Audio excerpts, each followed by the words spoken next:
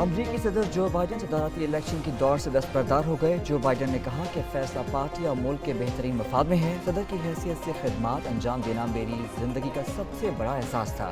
اپنی بقیہ مدت کے لیے صدر کی حیثیت سے اپنی ذمہ داریاں پوری کرنے پر توجہ مرکوز کروں گا۔ مزید کہا، فیصلے کے بارے میں رواں ہفتے قوم سے بات کروں گا۔ غیر ملکی خبر رساں ایجنسی کے مطابق صدر بائیڈن نے متبادل صدارتی امیدوار کے نام کا اعلان نہیں کیا۔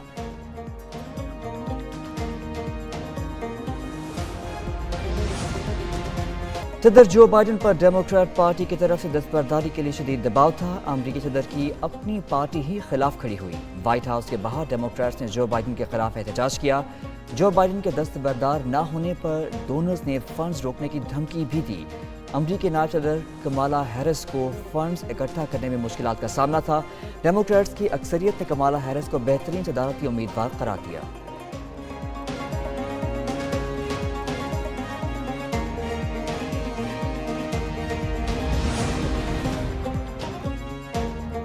میں نے جمہوریت بچانے کے لیے گولی کھائی۔ ڈیموکریٹک پارٹی جمہوریت کی دشمن ہے۔ پروجیکٹ 2025 کی باتیں کرنے والے جھوٹ بول رہے ہیں۔ ڈونلڈ ٹرمپ کا مشیگن میں ریلی سے خطاب۔ سابق امریکی صدر کے سیاسی مخالفین پر ذاتی حملے۔ کمالا ہیرس اور نینسی پیلوسی کو پاگل قرار دے دیا۔ کہا، اس وقت امریکیوں کی قیادت احمق کر رہے ہیں۔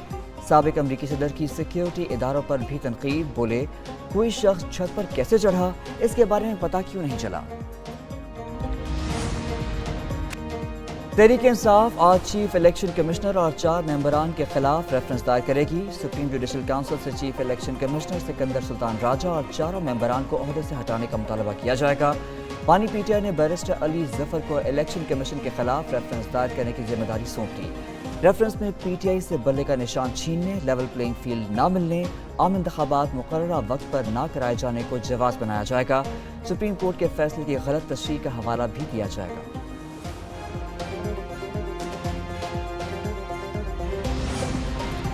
کمیٹی تشکیل کر لی ہے مشران نے وہاں پر، اور انشاءاللہ کل وہ کمیٹی آ کر میرے ساتھ آ کے بات کرے گی، اور عوام کے تفضات کو بھی ہم انشاءاللہ ہر طرح سے پورا کریں گے اور پورا اتریں گے۔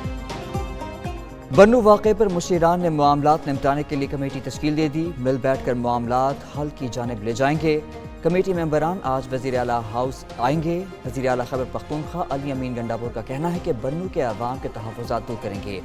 دہشت گردی کے خلاف جنگ میں فوج، پولیس اور عوام نے بے مثال قربانیاں دیں۔ دہشت گردی کے خلاف جنگ عوام کے تعاون کے بغیر نہیں جیتی جا سکتی۔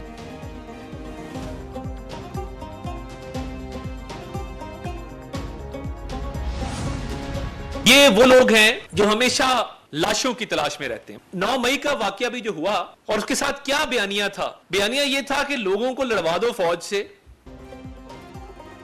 بنو واقعے پر وفاقی حکومت نے خیبر پختونخوا حکومت کی انکوائری کو مسترد کر دیا۔ ایک جماعت جو دہشت گرد ہے اسے منطقی انجام تک پہنچائیں گے۔ وفاقی وزیر اطلاعات عطا اللہ طارر کہتے ہیں، جو لوگ واقعے میں ملوث ہیں وہ انکوائری کر سکتے ہیں۔ جیل میں بیٹھ کر اب بھی لاشوں کی تلاش کی جا رہی ہے۔ ان کی سازشیں کامیاب نہیں ہوں گی۔ ملک کا تحفظ کریں گے۔ پی ٹی آئی کو بن مانگے ریلیف تو مل گیا، مظلومیت کا پرچار کرنے سے ریلیف نہیں ملے گا۔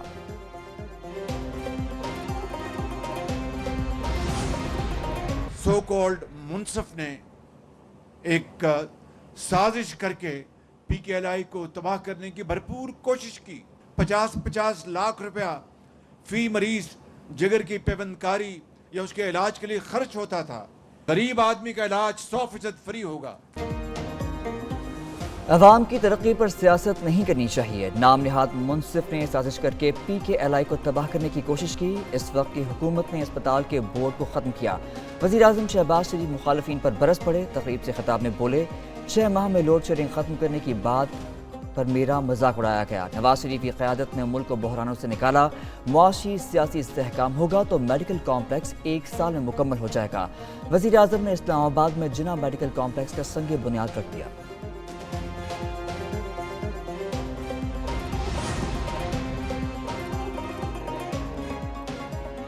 توشہ خانہ کا نیا ریفرنس، بانی پی ٹی آئی اور بشا بی بی نیب تفتیش میں شامل نہ ہوئے۔ جیل ذرائع کے مطابق نیب ٹیم گزشتہ روز 2.5 گھنٹے تک جیل کے تفتیشی روم میں دونوں کا انتظار کرتی رہی۔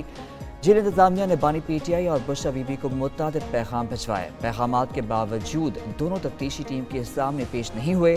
نیب ٹیم 2.5 گھنٹے انتظار کے بعد واپس لوٹ گئی۔ توشہ خانہ ریفرنس میں 14 جولائی کو بانی پی ٹی آئی اور بشرا بی بی کا 8 روزہ جسمانی ریمانڈ منظور کیا گیا تھا۔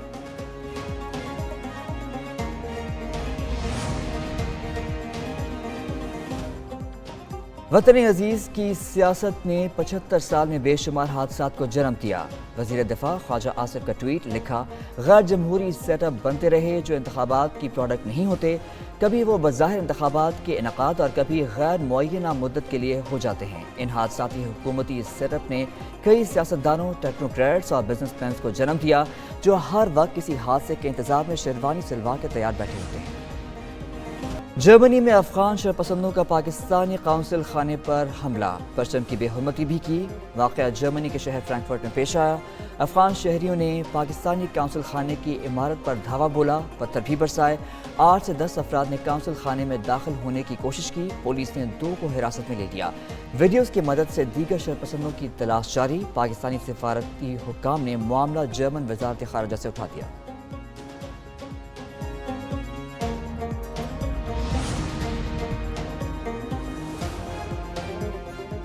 پاکستان کی جرمنی میں قونصل خانے پر حملے کی شدید مذمت، جرمن سفارتکار کی اسلام آباد میں دفتر خارجہ طلبی، پاکستان کی جانب سے فرینکفرٹ واقعے پر شدید احتجاج ریکارڈ کرایا گیا، مراسلہ بھی تھما دیا گیا۔ پاکستانی سفارت خانے کی املاک کی حفاظت اور ملوث لوگوں کے خلاف کارروائی پر زور دیا۔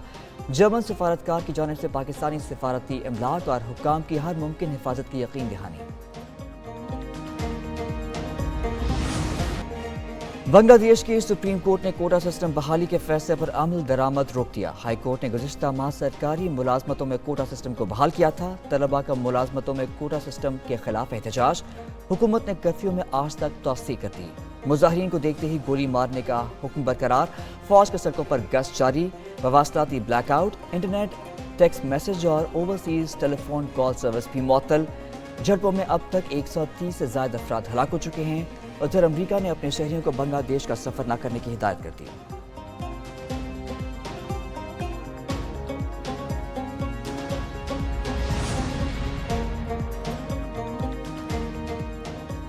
بنگلہ دیش میں پاکستانی تمام طلباء اور سفارتکار محفوظ ہیں۔ ترجمان دفتر خارجہ کا کہنا ہے ہائی کمیشن پاکستانی طلباء سے رابطے میں ہیں۔ گزشتہ روز طلباء کے والدین نے حکومت سے بچوں کی محفوظ واپسی کے لیے اپیل کی تھی۔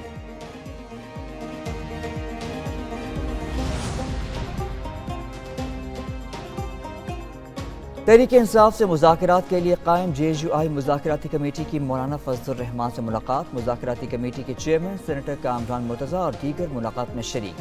JUI اور PTI کے درمیان اب تک ہونے والے رابطوں پر غور، ملاقات موجودہ ملک کی سیاسی صورتحال کے حوالے سے مختلف تجاویز اور آراء پیش کی گئیں۔ کمیٹی کا PTI سے مذاکرات کے عمل کو آگے بڑھانے کے لیے لائحہ عمل طے کرنے کا فیصلہ۔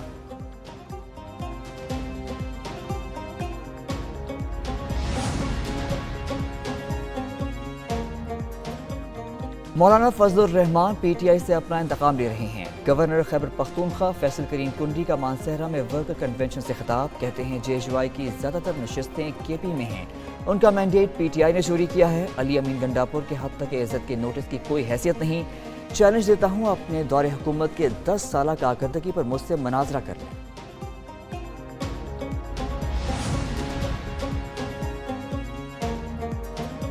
شفقت محمود نے پاکستان تحریک انصاف کو خیر بات کہہ دیا، سابق وفاقی وزیر کا سیاست چھوڑنے کا اعلان، کہتے ہیں یہ فیصلہ کسی پریشر کی وجہ سے کیا، نہ ہی میرا ارادہ کسی اور پارٹی میں جانے کا ہے، بہت سوچنے کے بعد سیاست چھوڑنے کا فیصلہ کیا۔ 34 سال پہلے سرکاری ملازمت سے استعفیٰ دے کر سیاست میں قدم رکھا، سیاست سے علیحدگی کا اعلان وقت اور عمر کے تقاضے سے ہے، سیاست میں نوجوانوں کو آگے آنا چاہیے۔